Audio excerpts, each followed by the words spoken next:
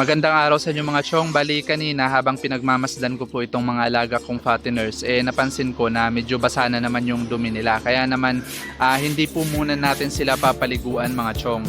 Bali lilinisin lang po natin ang mabuti itong kulungan nila at papakainin na po natin sila kaagad. Iniiwasan po kasi natin na basain yung mga alaga nating fatteners kapag may nakita po tayong sinyalis ng pagtatay mga chong, dahil maaari pong lumala ito at mauwi sa diarrhea. At ayaw po nating mangyari yon, dahil yun po ang napakabilis na makapagpapayat sa mga alaga nating fatteners, dahil nawawalan po sila ng gana kumain at nadidrain po yung katawan nila.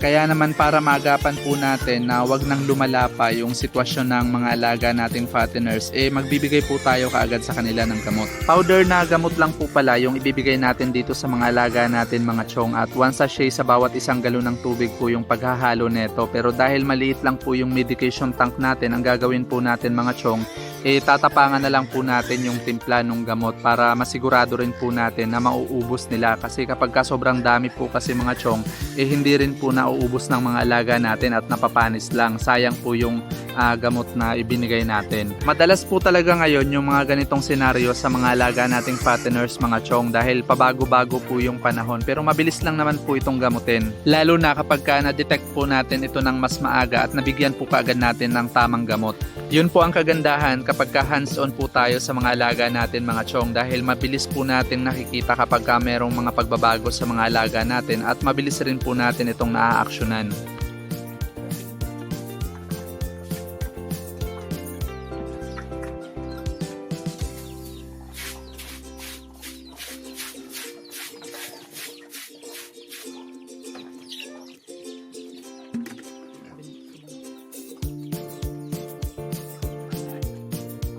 Ililipat na rin po pala natin ito ng kulungan sa mga darating na araw mga chong. Bali inaayos lang po natin yung paglilipatan natin sa kanila. Hindi po kasi talaga pang fatteners itong kulungan na napaglagyan natin sa kanila mga chong. Bali dati po itong farrowing pen, kaya kung mapapansin nyo po napakaliit nung kainan. Kaya ang ginagawa po namin hinahati pa po namin sa dalawa yung pagkain nila para lang makakain silang lahat. Kulang po kasi tayo sa kulungan mga chong, pero baka sakali sa mga darating na panahon makapagpatayo na po tayo ng panibagong nursery pen. At maipa-repair na rin natin tong mga lumang kulungan natin para dito natin ililipat yung mga alaga nating inahin.